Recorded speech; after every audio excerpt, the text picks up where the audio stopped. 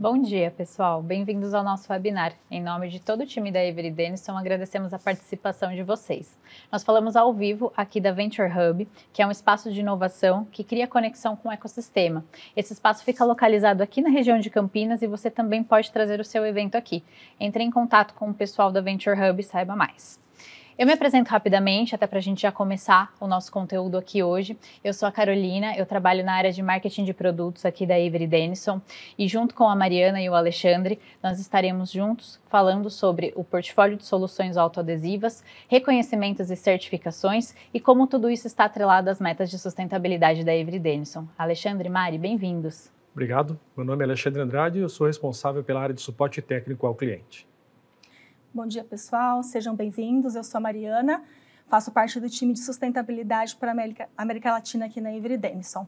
E aí, já iniciando um pouco a nossa conversa, queria falar sobre os nossos 8 valores, que são integridade, foco externo, sustentabilidade, diversidade, trabalho em equipe, inovação, coragem e excelência. E os nossos valores não são apenas conceitos ou palavras que estão emolduradas nas paredes. São realmente a forma com que a gente trabalha diariamente na Avery, como nós lideramos os nossos projetos e as nossas ações. Então, a sustentabilidade é o valor que guia a saúde do nosso negócio através dos 3 pilares conhecidos como ESG.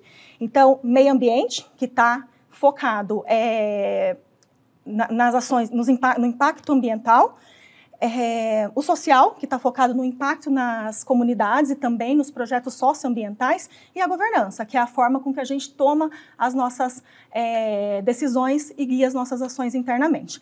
Então, através desses valores, nós desenvolvemos as nossas metas de sustentabilidade para 2030, que são apresentar as inovações que promovam a economia circular, reduzir o impacto ambiental em nossas operações e cadeia de abastecimento, e causar um impacto social positivo, melhorando a vida dos nossos povos e comunidades. Então, abaixo de cada uma dessas metas, nós temos diversas ações em andamento que visam o atingimento, né, dessas metas que a gente se propõe até 2030. E aí, agora a gente vai falar um pouco de portfólio, do Sustainable Advantage, que é o nosso portfólio de soluções sustentáveis.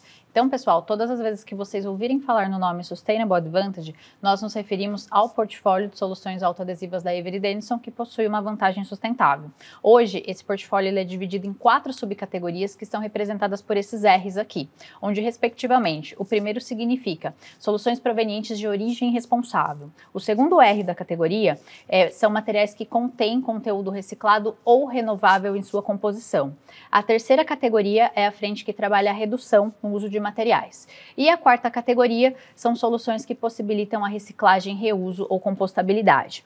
Então, são essas as categorias que a gente gostaria de reforçar com vocês aqui hoje, mas antes da gente entrar e falar um pouquinho das soluções dentro de cada categoria, é super importante a gente reforçar alguns conceitos que estão presentes no mercado, até para que esses conceitos possam apoiá-los na seleção da solução autoadesiva ideal para o projeto de sustentabilidade que vocês estão trabalhando, tá? Mas hoje a gente sabe também que o tema sustentabilidade, ele é muito amplo e existem aí diversos níveis de conhecimento no mercado, tá? E a nossa ideia é conseguir abordar de uma forma simples todos esses conceitos. Então, desde o conceito mais simples, que já está consolidado no mercado, até conceitos mais específicos que são direcionados para alguns segmentos. E aqui a Mari vai ajudar um pouco a gente. Mari, conta pra gente, uma dúvida muito frequente e que faz toda a diferença para indicar uma solução autoadesiva é, por exemplo, qual a diferença entre um material reciclado e um material reciclável? Legal, Carol. Na verdade, essa é uma dúvida que chega bastante para a gente. E apesar das nomenclaturas, né, as palavras serem super parecidas, os conceitos são bastante diferentes. Então, quando a gente fala de um material reciclado, significa que esse material ele já foi utilizado na sua versão original, ele já passou pelo processo de reciclagem e ele já se transformou num novo produto para ser reutilizado. E aí, quando a gente fala do material que é reciclável, significa que lá no momento do desenvolvimento, do desenho desse produto, ele foi pensado para ser amigável a um processo de reciclagem, ou seja, o nível de reciclabilidade dele é maior e ele pode aí entrar dentro dessa cadeia de reciclagem. Legal, Mari. E um material reciclado, ele pode ser reciclável novamente? Sim, Carol. Cada material vai ter um número correto de ciclos que ele pode passar aí dentro dos processos de reciclagem, né? Usando aí um exemplo, por exemplo, da reciclagem de plásticos, a gente tem um complicador, né? Quando a gente explica o processo, alguns processos acabam tendo algumas ineficácias, né, na limpeza e acabam gerando resinas com algum conteúdo, algum percentual de contaminação. Quando esse processo ele volta para esse processo volta para a cadeia de reciclagem novamente, pode ser que esse conteúdo de resíduos ele vá se acumulando e isso pode fazer com que a resina final gerada a partir desse processo tenha algum impacto nas suas características mecânicas. Então, sim, eles podem voltar, mas esse é um ponto de atenção. E aí, Mari, como que a gente garante que o uso desse material reciclado ele não vai interferir na performance final do produto? Esse é um ponto que é responsabilidade das recicladoras, né, que estão gerando esse produto reciclado e também dos fabricantes de embalagens. Então, fazer a validação para entender se o percentual de conteúdo reciclado que está sendo utilizado naquela estrutura, naquela composição, não traz esse impacto negativo para as características mecânicas do material. Então, é por isso que a gente vê muito no mercado produtos sendo produzidos com percentuais de conteúdo reciclado e não 100% com conteúdo reciclado, porque realmente toda essa validação das características mecânicas tem que ir sendo testadas e validadas com o tempo. Legal, Mari, obrigada. E aí, pessoal, por isso que a definição desses conceitos ela é super importante, até para que a gente possa guiar na indicação da solução autoadesiva adequada. Porque, por exemplo, se a demanda é por um material reciclado, hoje, como eu falei anteriormente, nós temos a categoria de soluções que contém conteúdo reciclado na estrutura autoadesiva. Então, a gente pode olhar e fazer uma indicação dentro desse portfólio. Agora, se a demanda de um projeto é um material reciclável, a gente vai olhar para a quarta categoria, que são soluções que vão possibilitar a reciclagem e reuso dos materiais. Então, essas definições, esses conceitos são super importantes e aí mais para frente a gente vai ver, a Mari vai ajudar a gente explicando as diferenças de fluxos de reciclagem que a gente tem de diferentes tipos de materiais de envase. E aí, algumas informações são super importantes até para que a gente possa guiar essa orientação autoadesiva. E aqui o Alexandre vai explicar um pouquinho para a gente. Alexandre, o que é importante? Olha, é muito relevante a gente considerar nesse contexto de indicação de produto sempre o tipo de embalagem que nós estamos trabalhando. Então, quando eu me refiro à embalagem, se ela é um PE, se ela é um PP, se ela é um PET. A gente deve levar muito em conta também se esse tipo de embalagem ela é rígida ou flexível, se essa embalagem tem uma certa textura, porque isso impacta também no tipo de adesivo que você vai escolher, o processo de envase, o tipo de aplicação, né, a rotulagem automática, por exemplo, ou manual, e a temperatura de aplicação e a de serviço depois, que é onde o rótulo vai trabalhar depois de aplicado. Perfeito, Alexandre, obrigada. E agora, pessoal, que a gente já entendeu um pouco dessas categorias, a gente vai entrar e falar um pouquinho de cada uma delas. A primeira é a categoria de origem responsável. Então, nessa categoria, a gente está falando de soluções autoadesivas que são provenientes de origem responsável, tá? E aí a gente vai começar falando um pouquinho sobre a certificação FSC. Hoje, a certificação FSC, ela vai atestar o nosso compromisso de utilização de matérias-primas que são provenientes de um manejo responsável. Então, aqui não existe desmatamento, a gente está sempre regenerando esse ciclo, tá? Até porque hoje a certificação FSC, ela é reconhecida como o sistema de certificação florestal mais rigoroso e confiável que existe, porque ele permite você rastrear todas as empresas que estão envolvidas nessa cadeia de fornecimento, tá? Para que elas não misturem as suas origens. E aí, quando a gente fala um pouquinho hoje de portfólio, no Brasil, 100% aqui do nosso portfólio local de soluções autoadesivas que possuem frontal papel, elas são certificadas FSC, então a gente trabalha com 100% do nosso portfólio com essa certificação, tá? O legal do FSC é que ele é muito reconhecido pelo consumidor final, então quando o consumidor final ele pega uma embalagem, ele identifica aquele selo, ele sabe o que isso significa e qual que é a importância de uma embalagem certificada pelo FSC, tá? E aí, ainda dentro dessa categoria, a gente também tem outras opções de materiais, como são opções que têm frontais que possuem uma origem alternativa ao papel, como é o caso do Fasson QV White Cotton, que ele é feito a partir de fibras de algodão. tá? Uma outra solução também é o Fasson Cane Fiber, que ele é proveniente do bagaço, do resíduo da cana-de-açúcar, tá? E aqui a gente realmente está falando de um resíduo, porque a gente já foi questionado sobre o ponto, mas por que vocês estão utilizando cana-de-açúcar para um frontal? É realmente o resíduo de um processo, tá? Então é esse resíduo que ele volta e tem uma nova reutilização, reaproveitamento como um frontal dessa solução. Essas duas soluções, elas são muito utilizadas hoje dentro do segmento de vinhos e destilados, tá? Mas elas também podem ser utilizadas em outros segmentos onde se faz aí necessário um apelo em gôndola e destaque dessas soluções. E aí a gente fala um pouquinho agora da segunda categoria, que vai falar de soluções que contêm conteúdo reciclado ou renovável em sua composição. E a gente vai começar falando um pouquinho sobre conteúdo renovável. E aqui é uma novidade que a gente divulgou para vocês essa semana, super recente, que fala sobre a certificação BioPreferred. Então, a gente divulgou essa semana que o nosso portfólio de adesivos locais, Hot Melt, como vocês conhecem, né, os adesivos S2045N, C2075, toda a linha de Defuz, TS79, S2055, todos esses adesivos Hot Melts, eles foram certificados pelo programa BioPreferred. Mas o que isso significa, tá? Os nossos adesivos, essa certificação, ela valida o uso de conteúdo de base biológica na composição da nossa formulação. Então, esse portfólio local, ele recebeu o certificado do programa BioPreferred, que é do Departamento de Agricultura dos Estados Unidos. Ele é muito conhecido pela sigla USDA, tá? E aí vai validar esse conteúdo de base biológica renovável na nossa formulação adesiva para essas diferentes linhas de produtos aqui que eu mencionei, tá? E aí, isso tem o objetivo de apoiar cada vez mais a substituição de produtos petrolíferos por recursos naturais renováveis. E aqui, Mari, você pode falar um pouquinho pra gente, um pouco mais sobre essa certificação e qual que é a importância disso para o nosso mercado, né? Legal, Carol. Bom, com esse tema de sustentabilidade já presente aí, né, há muitos anos, né, em discussão, em alta, é super importante que a gente traga essa questão da confiabilidade para o processo, né, confiabilidade para a informação. Então, essa certificação é exatamente isso. Todos os nossos adesivos Hot Melts foram submetidos a esta validação e aí foram aprovados com mais de 40% de conteúdo de base biológica e renovável, né? Infelizmente, a gente sabe que a gente ainda tem muitos casos de greenwashing no mercado, então é importante que a gente traga cada vez mais essas validações e esse nível de confiabilidade para o processo. Um outro ponto importante aqui é a questão da gente ter buscado um órgão que está fora da nossa região, América Latina, para fazer essa validação. Então, é claro, a gente é uma empresa de origem americana, então é natural que a gente receba essas diretrizes, né? Então também siga ali os caminhos da região norte-americana.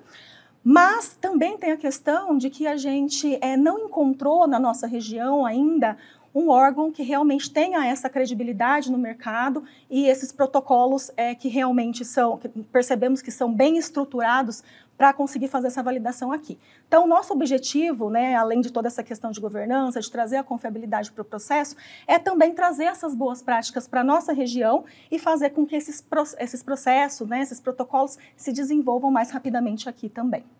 Perfeito, Mari.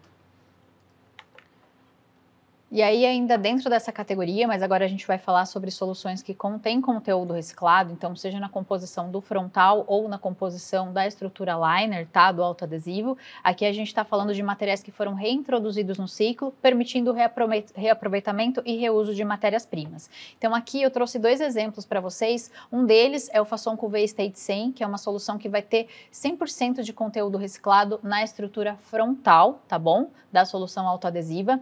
Esse material hoje ele é laminado na nossa planta da Argentina, ele é muito utilizado para o segmento de vinhos e destilados, mas ele também pode ser utilizado para outros segmentos que necessitem de destaque e apelo em gôndola. Aqui a gente está falando de um material que ele é texturizado, tá? E ele é feito aí 100% de fibras de papel recicladas, que são provenientes de resíduo pós-consumo. E aí, uma outra solução é o nosso liner rPET 23, é uma solução que contém 30% de conteúdo reciclado, que é fabricado com resíduos de garrafas PET, que são provenientes de resíduos pós-consumo. Hoje, todo o nosso portfólio local, produzido aqui na Avery Brasil, que tem estrutura de liner PET, ele é fornecido com esse liner, então a gente só trabalha hoje com esse liner de conteúdo reciclado.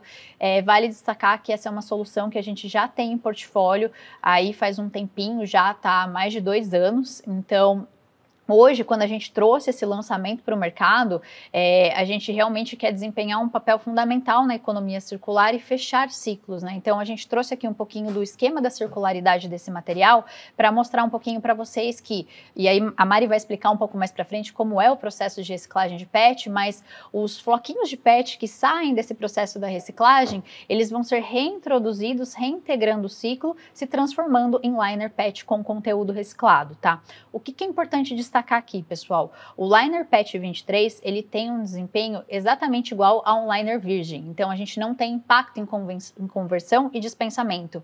E também a questão visual é outro aspecto importante que a gente destaca, porque a olho nu, se você coloca esse liner com 30% de conteúdo reciclado ao lado de um liner virgem, não existe diferença visual. Então, a gente não consegue identificar qual a diferença entre um e outro. E aí, Mari, por que essa quantidade de 30% no liner, hoje, ela é considerada ideal para o mercado? Bom, Carol, na verdade a gente sempre vai querer agregar mais conteúdo reciclado o máximo possível. Esse é um desejo nosso, uma meta também, mas aqui existem, na minha opinião, 3 pontos que são bastante críticos para a gente avaliar aqui nesse processo, né? Então, um deles é o que a gente já comentou, as características mecânicas do material. Então, nós precisamos de tempo, validações para garantir que aquele percentual de conteúdo reciclado que está sendo introduzido naquela estrutura não vai impactar negativamente as estruturas desse produto, tá? Claro, a gente está evoluindo muito nesse ponto e eu acredito que cada vez mais vai ser comum percentuais mais altos, mas ainda é um caminho que precisa ser trilhado, tá? Um outro ponto aí que é bastante impactante na cadeia é a questão, nós sabemos que ainda dentro do processo de reciclagem, a coleta de resíduos é um gargalo. Então, a gente não consegue hoje ter material suficiente para produzir 100% de todas as embalagens de material reciclado. Gostaríamos, ainda não temos essa possibilidade. Então, quanto mais material, quanto mais esse processo evoluir e crescer, mais material reciclado a gente vai ter no final da cadeia para agregar, tá? E também vejo que esse mercado está evoluindo muito, está se desenvolvendo muito rapidamente, inclusive, então a gente acredita que isso vai ser uma realidade muito em breve, tá? E o último ponto, mas para mim o mais importante para comentar aqui com vocês hoje, é uma questão cultural. Então, a gente sabe que as marcas ainda têm bastante dificuldade de introduzir materiais reciclados, porque muitas vezes eles têm um aspecto visual um pouco diferente. Então, o processo de reciclagem, ele traz para as embalagens uma coloração que pode ser diferente, alguma mancha, alguma pinta, né? E isso é algo que a gente tem que repensar quando a gente está ali comprando um produto e entender o porquê que aquele produto é daquela forma.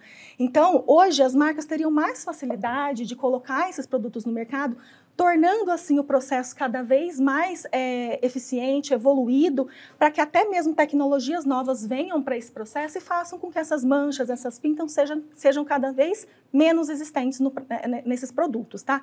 Então, é legal a gente olhar para essas embalagens e quando a gente vê que ela tem um conteúdo reciclado, e por isso acaba tendo uma coloração diferente ou uma manchinha, a gente tente entender a história que tem por trás daquela coloração, que tem por trás daquela manchinha e valorize o trabalho que está sendo feito em prol da sustentabilidade nessa embalagem.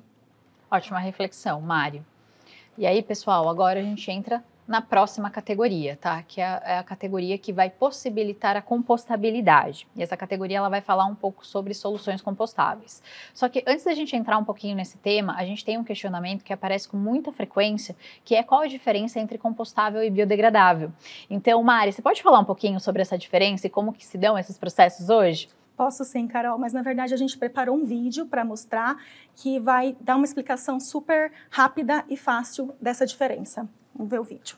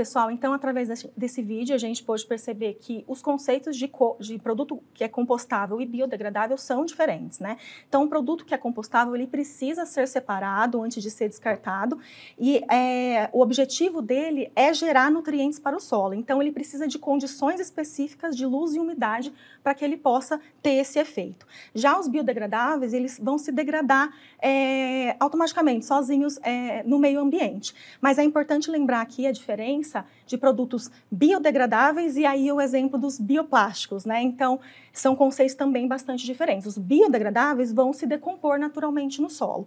Já os bioplásticos, eles podem ser microplásticos, né? Então, é importante a gente entender essa diferença. Microplásticos, eles são produtos que eles parece que se decompõem, mas na verdade eles só se desintegram em micropartículas que não são visíveis a olho nu e que para nós parece que elas desapareceram, mas na verdade elas continuam ali como contaminantes, a gente só não as vê mais, tá?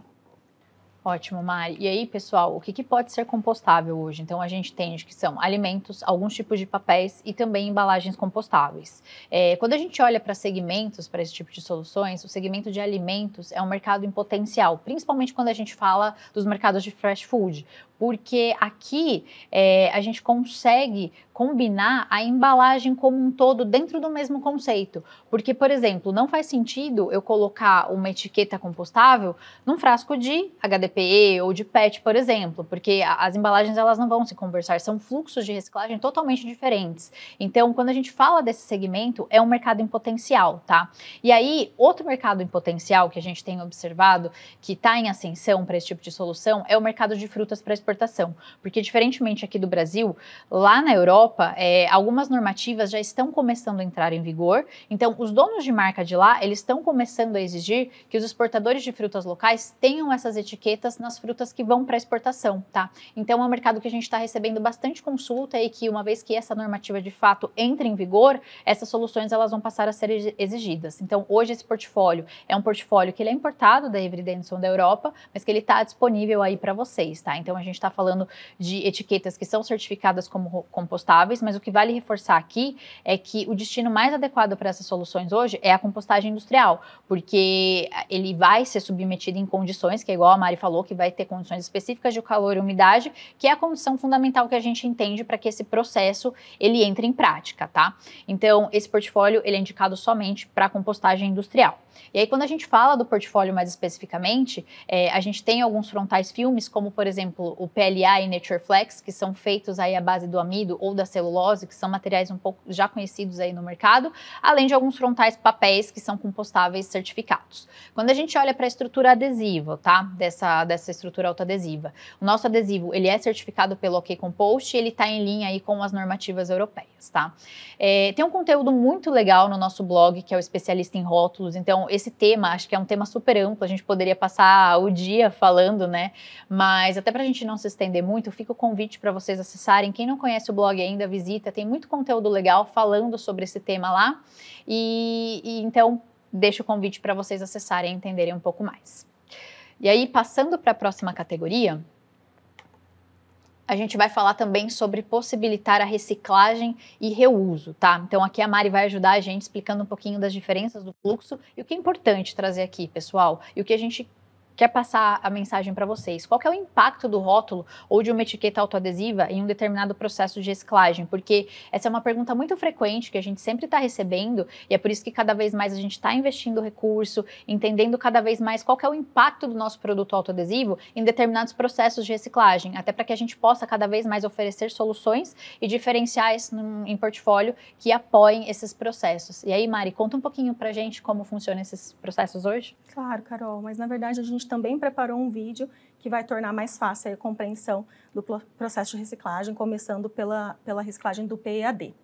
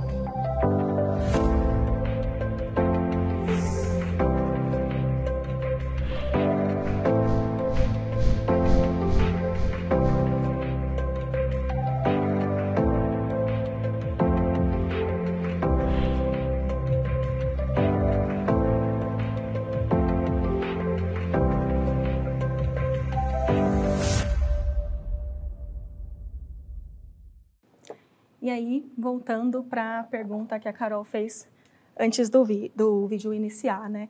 Como que as decorações, rótulos autoadesivos podem impactar esse processo, né? Então, através desse vídeo, a gente percebe que quando a gente escolhe corretamente as decorações, a gente consegue tornar esse processo mais eficiente, ajudar o processo a ser mais eficiente. E aí fazer com que esse material que sai lá no final do fluxo possa ser reutilizado para o que a gente chama de upcycle, que é a resina que é utilizada novamente para o mesmo ciclo. Então, ela volta para o ciclo de embalagens. Ela é finalizada ali no processo com um percentual de contaminação que a permite retornar para esse ciclo. Também existe um ciclo que acaba, né, tendo um percentual maior de contaminação devido aí a decorações incorretas ou até mesmo um processo ineficiente e que também pode ser reutilizada para o que a gente chama de downcycle, que aí é uma resina com percentual maior de contaminação, como eu disse, e que é utilizada para outros ciclos de produção, como, por exemplo, materiais, utensílios para casa, como o vídeo mostrou também.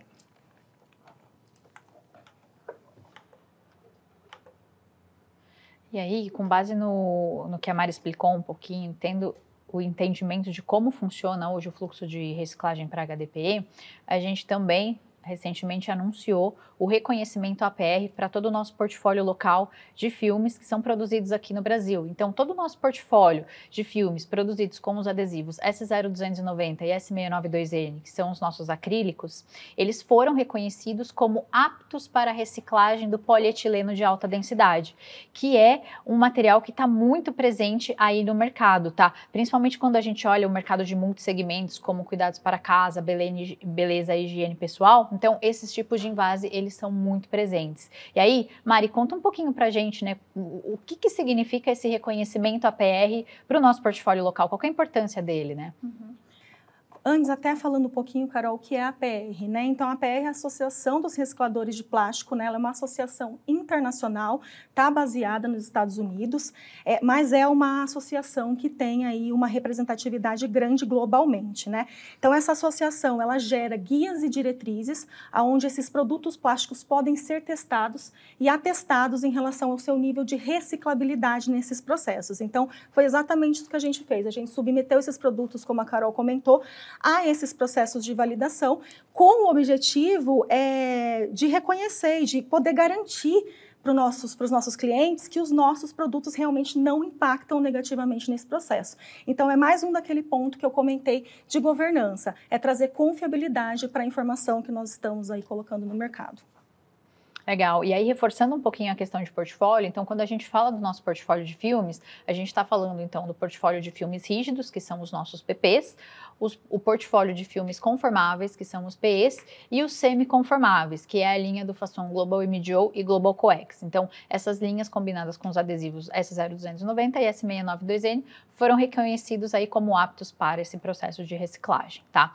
E aí, uma coisa muito legal que a gente queria reforçar aqui com vocês também é que, assim, como a Mari comentou, é um reconhecimento internacional, mas a Associação dos Recicladores de Plásticos, né, Mari, ela é muito conhecida lá fora e ela tem um peso muito grande. Então, muitos donos de marca que estão presentes lá fora já utilizam a APR como uma diretiva. Então, isso começa como base para determinar que solução autoadesiva vai para o determinado tipo de envase. Então, quando a gente traz esse reconhecimento para o nosso portfólio local e traz isso localmente, a gente está realmente querendo embasar e dar peso para isso, até para que a gente possa cada vez mais apoiar esses processos de reciclagem, tá?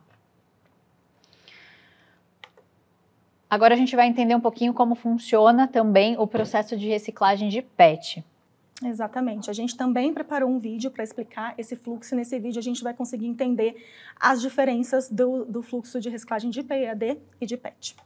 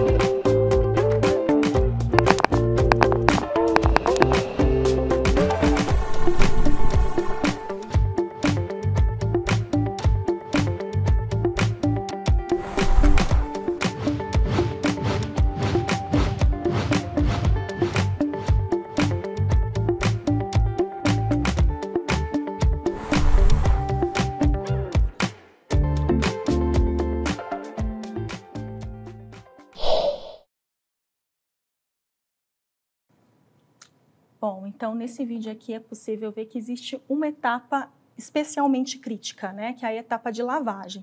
Então, como para o processo de reciclagem de PET, nós temos o diferencial do nível food grade, que é o nível de resina que volta para embalagens com contato com alimentos, ou seja, né, grau alimentício, essa etapa de lavagem ela tem um grau de criticidade maior. Então, é necessário que realmente a separação por decantação, como o vídeo mostrou, por diferença de densidade, seja efetiva, para que o grau de contaminação dessa resina ao final do processo seja o mais baixo possível. Então, aqui eu reforço o nosso compromisso como fabricante de rótulos e também como os fabricantes de embalagem aí que estão nos assistindo, no momento de pensar a embalagem, de desenhar a embalagem, que a gente faça isso em conjunto para garantir que esse processo realmente seja efetivo e que a gente consiga ter eficiência e consiga cada vez mais ter resina reciclada a grau alimentício para que isso retorne para essa cadeia de embalagens.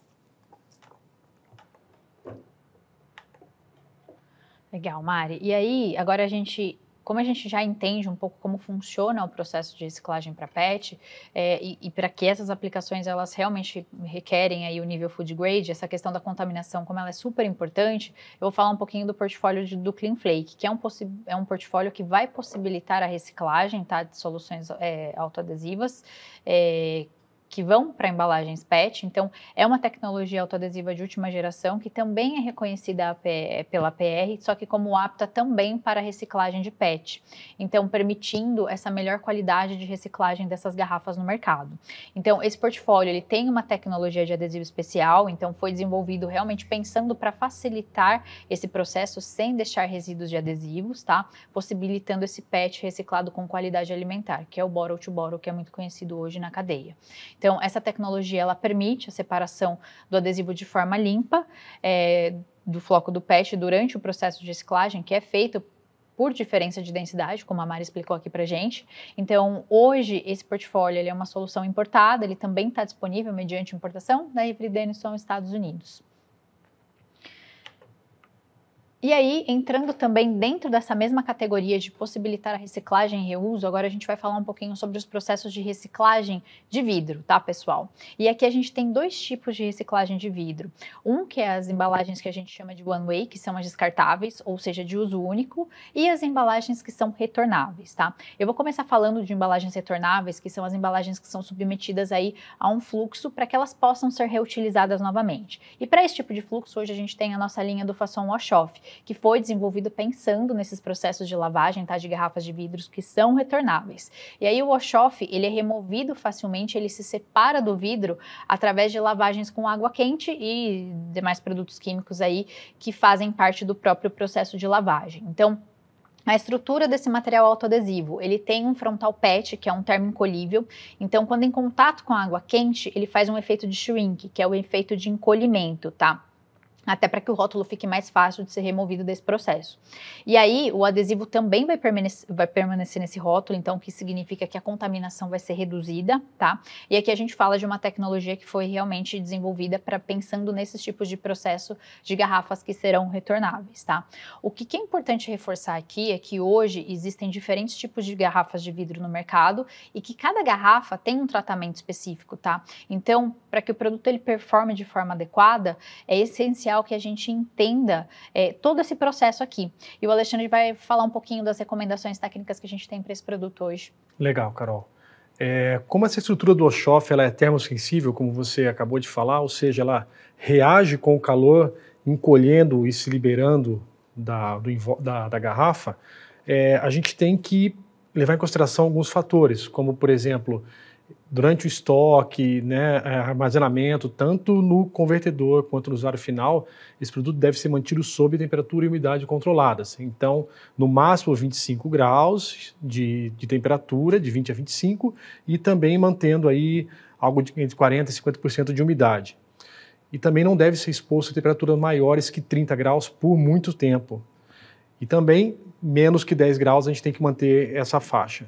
E aí, durante a conversão, a gente atingiu um pico máximo de 40 graus, então por isso recomenda-se um pouco de ter uma conversão com resfriamento. Essa construção ela resiste a pequenos períodos de exposição ao calor, E a gente também não recomenda manter sob mudanças bruscas de temperatura, né? Muito pico de variação, e também deixar aclimatado esse produto pelo menos 24 horas antes do uso. Tá? Isso é uma característica desse produto, porque ele realmente trabalha muito com calor. Legal, obrigada, Alexandre. E aí, né, falando um pouco das embalagens de uso único, né? Então, os rótulos autoadesivos, eles acabam não interferindo nesse processo, porque o processo de reciclagem de vidro, ele, na verdade, leva esse material até fornos com temperaturas altíssimas e todas as decorações, inclusive os materiais autoadesivos, acabam se queimando. Então, esse é um processo de reciclagem que é ideal, né? Ele acaba não deixando resíduos para trás aí. E aí, quando a gente fala, né, desses processos de descartáveis, retornáveis, o mercado de cervejas, ele é um mercado em destaque para essas soluções autoadesivas, tá? E quando a gente fala de rótulos para esse segmento, uma tendência que vem ganhando força é a próxima categoria que eu vou comentar agora, que é a categoria da redução no uso de materiais. Então, essa categoria, a gente fala de soluções que têm diversas opções de frontais e liners que são mais finos versus estruturas comparáveis. Então, alguns exemplos de como a gente consegue promover redução no uso de materiais em estruturas autoadesivas aqui. Hoje a gente tem, por exemplo, um PP metalizado onde a espessura padrão do mercado ela é 50 micras, mas a gente também tem esse material disponível em 40 micras. Então, ao sair de uma espessura de 50 e ir para uma espessura de 40, a gente consegue trabalhar essa frente de redução. Outros exemplos, por exemplo, no liner, né?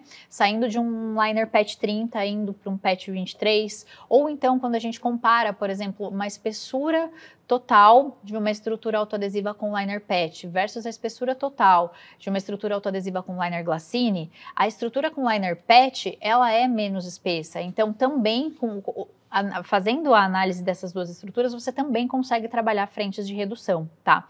Então, são alguns exemplos de como a gente consegue trabalhar isso, e o Alexandre vai comentar um pouco pra gente, né, Alexandre, o que é importante quando a gente trabalha essa frente de redução no uso de material?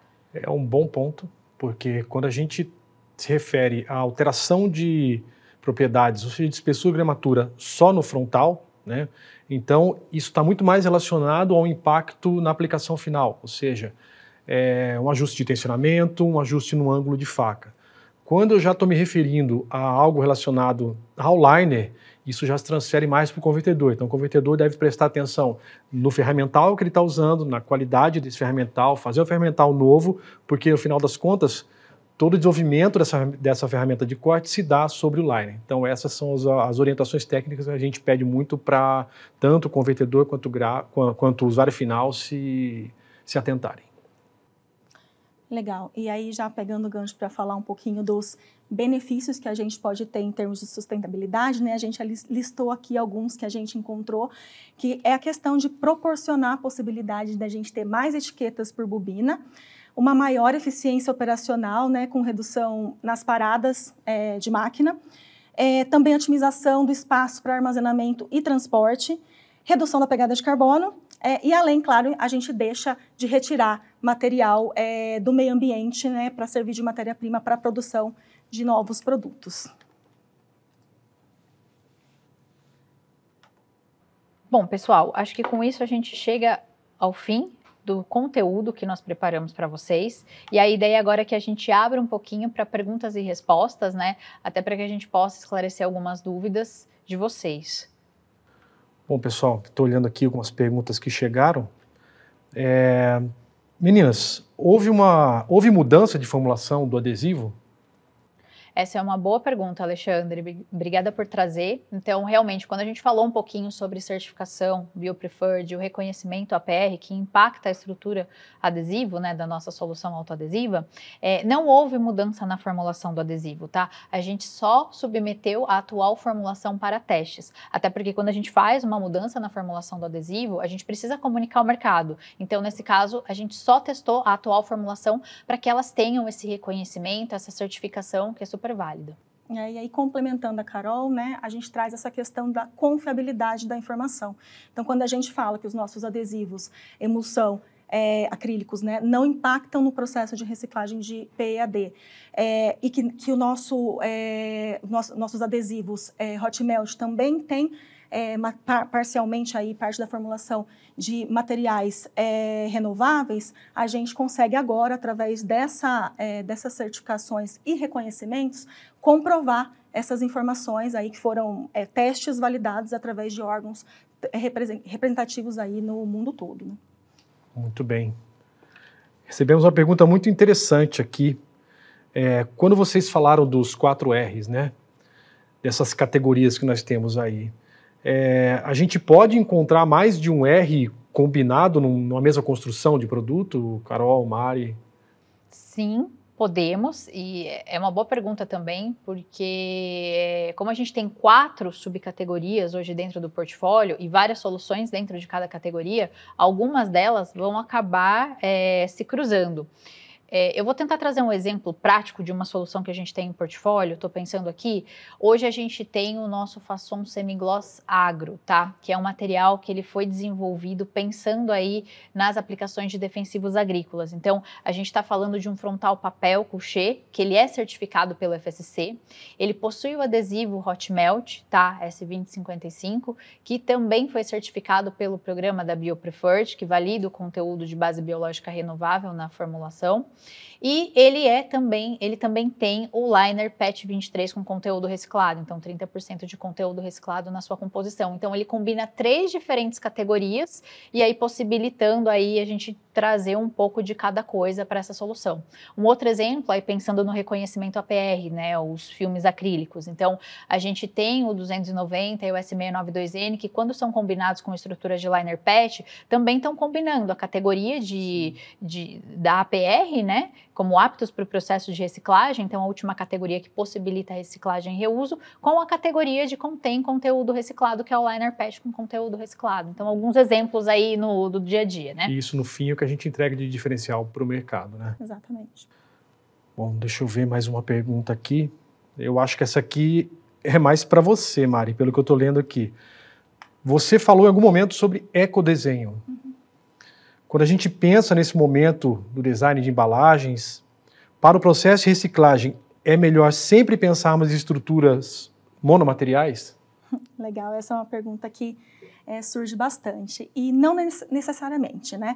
Então, como a gente viu aqui, poucos exemplos que a gente deu, a gente já percebeu que os processos podem ser super diferentes. Então, os processos de reciclagem, mesmo dentro de um universo do mesmo material, que é o plástico, por exemplo, a gente consegue perceber que eles têm diversas divergências de diferenças entre os processos.